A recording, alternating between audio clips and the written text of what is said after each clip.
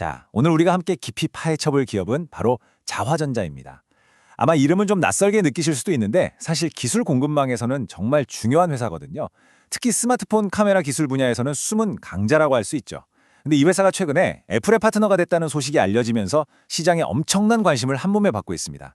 그래서 오늘은 과연 이 자화전자에 어떤 기회가 있고 또 어떤 리스크가 있는지 투자자의 관점에서 아주 냉정하게 하나하나 뜯어보려고 합니다. 그래서 결국 우리가 던져야 할 질문은 이거겠죠. 세계적인 기업 애플과 삼성을 고객으로 둔 회사인데 과연 지금 시점에서 내 소중한 투자 포트폴리오에 담을 만한 가치가 있을까? 오늘 이 시간을 통해 그 답을 찾는 데 도움이 될 만한 실마리들을 같이 한번 찾아보시죠. 자, 좋습니다. 그럼 가장 기본부터 시작해야겠죠? 도대체 좌화전자라는 회사가 뭐 하는 곳인지 그것부터 한번 알아보겠습니다. 자, 자화전자는요. 1981년에 설립됐으니까 와, 벌써 40년이 훌쩍 넘었네요. 그야말로 이 분야에서 잔뼈가 굵은 아주 탄탄한 정밀전자 부품 전문 기업이라고 보시면 됩니다. 특히 우리가 매일 손에서 놓지 않는 스마트폰 있잖아요. 그 안에서도 가장 핵심적이고 비싼 부품 중 하나인 카메라. 바로 그 카메라의 심장 같은 부품을 만드는데 독보적인 기술력을 가진 회사입니다. 주력 제품은 역시 방금 말씀드린 스마트폰 카메라 액추에이터고요. 이게 뭐냐면 우리가 요즘 스마트폰으로 막 멀리 있는 거 땡겨서 찍는 폴디드 줌이나 사진 찍을 때 손 떨리는 거 잡아주는 OIS 기능이 있잖아요. 그게 다 이 부품 덕분에 가능한 겁니다. 뭐 그 외에도 PTC 히터나 진동 모터 같은 것도 만들긴 하는데 여기서 우리가 진짜 주목해야 할 포인트가 하나 있습니다. 바로 미래 성장 동력으로 전기차 부품 시장에 아주 전략적으로 뛰어들고 있다는 점이에요. 네, 그럼 이 회사의 가장 강력한 무기 대체 뭘까요? 단연 기술력입니다. 바로 이 기술력이 다른 회사들이 쉽게 따라올 수 없는 그 경제적 혜자를 어떻게 만들어내고 있는지 지금부터 좀 더 깊게 파고 들어가 보겠습니다. 액추에이터, 말이 좀 어렵죠? 아주 간단하게 생각하면 카메라 렌즈를 정밀하게 움직여주는 초소형 로봇팔 같은 거라고 보시면 돼요. 우리가 사진 찍을 때 자동으로 초점을 맞추거나 손이 좀 떨려도 흔들림 없이 사진이 찍히게 하거나 저 멀리 있는 걸 깨끗하게 당겨서 찍잖아요. 이 모든 마법 같은 일들이 바로 이 작은 액추에이터 덕분에 가능한 겁니다. 정말 핵심 중에 핵심 부품이죠. 자화전자가 이렇게 기술에 집착하는 데는 다 이유가 있습니다. 창업주인 김상면 회장의 경영 철학이 바로 기술 개발로 기업 도약이거든요. 이게 그냥 벽에 걸어놓는 좋은 말이 아니고요. 실제로 매년 전체 매출의 5%가 넘는 돈을 연구개발, 그러니까 R&D에 쏟아붓고 있습니다. 어마어마한 투자죠. 이렇게 차곡차곡 기술력을 쌓아온 겁니다. 그리고 그 기술 투자의 결정체가 바로 이 폴디드 줌 액추에이터입니다. 요즘 스마트폰 뒤에 카메라 툭 튀어나오는 거 이른바 카툭티라고 하죠. 이걸 없애면서도 고배율 광학줌을 가능하게 만드는 정말 꿈의 기술이라고 불리는 부품입니다. 기술 난이도가 상상을 초월해서요. 이걸 만들 수 있는 회사가 전 세계에 딱 3곳뿐입니다. 바로 자화전자, 그리고 일본의 ALP, 삼성전기, 이게 다예요. 게다가 12개 나라에 걸쳐서 180개가 넘는 특허로 아예 철옹성을 쌓아놨습니다. 가격도 일반 액추에이터보다 2~3배는 비싸게 받고요. 이 정도면 이건 그냥 기술이 아니라 아무도 넘볼 수 없는 거대한 성을 쌓아 올린 거죠. 자, 이렇게 대단한 기술력을 가지고 있다는 건 알겠는데 그래서 이게 실제로 돈이 되느냐? 그게 중요하잖아요. 이제부터는 숫자를 통해서 이 기술력이 어떻게 회사의 실적으로 이어지고 있는지 그 성장성과 안정성을 한번 체크해 보겠습니다. 와, 이 그래프 좀 보세요. 정말 입이 떡 벌어질 정도입니다. 2022년에 매출이 3천억 원이 채 안 됐거든요. 그런데 불과 2년 만에 7천억 원 가까이 2배 이상이 뛰어오른 겁니다. 이건 뭐 그냥 성장하는 수준이 아니라 거의 수직으로 로켓처럼 쏘아올린 거죠. 그야말로 폭발적인 성장입니다.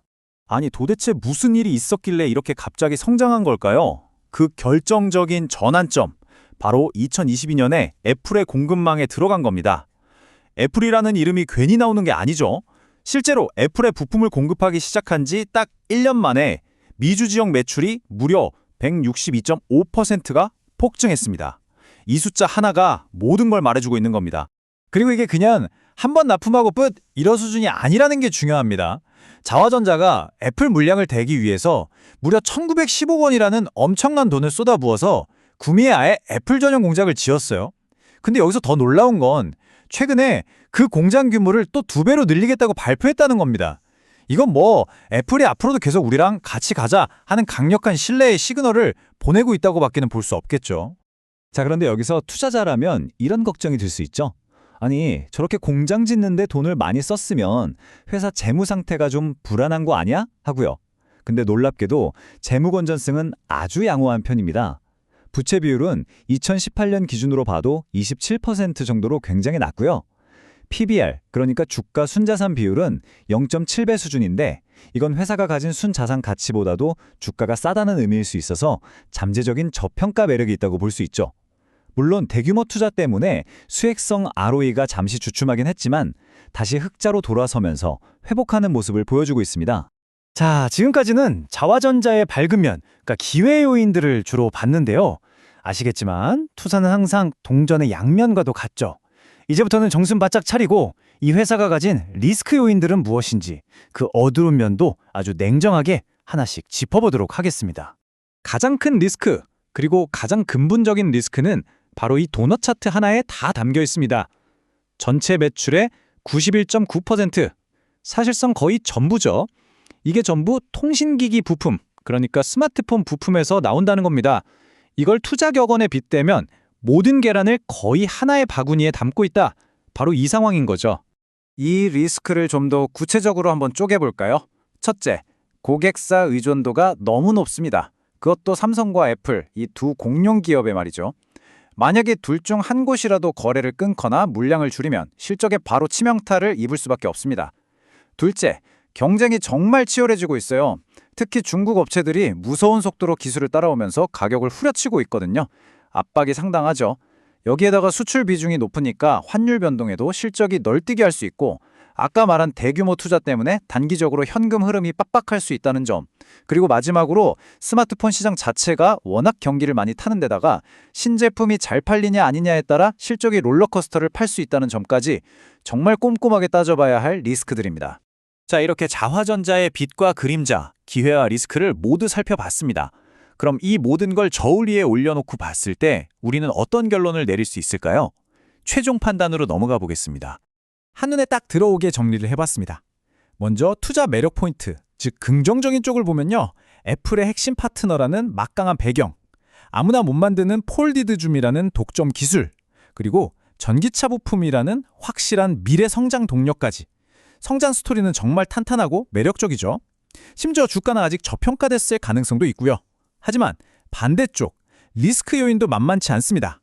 삼성, 애플이라는 특정 고객사에 목을 메고 있는 구조, 점점 거세지는 중국과의 경쟁, 예측하기 힘든 환율과 시장 상황, 그리고 대규모 투자에 따른 단기적인 자금 부담까지 어느 하나 가볍게 볼 수 없는 문제들입니다. 그리고 선택은 이 질문으로 귀결됩니다. 단기적으로 감수해야 할 이 모든 리스크를 안고서라도 자화전자가 가진 독보적인 기술력과 장기적인 성장 잠재력에 투자할 것인가? 이 질문에 대한 답은 투자자 각자의 성향과 판단에 달려 있겠죠. 오늘 제가 정리해드린 내용들이 여러분께서 그 답을 찾는 과정에 좋은 참고 재료가 되었으면 합니다.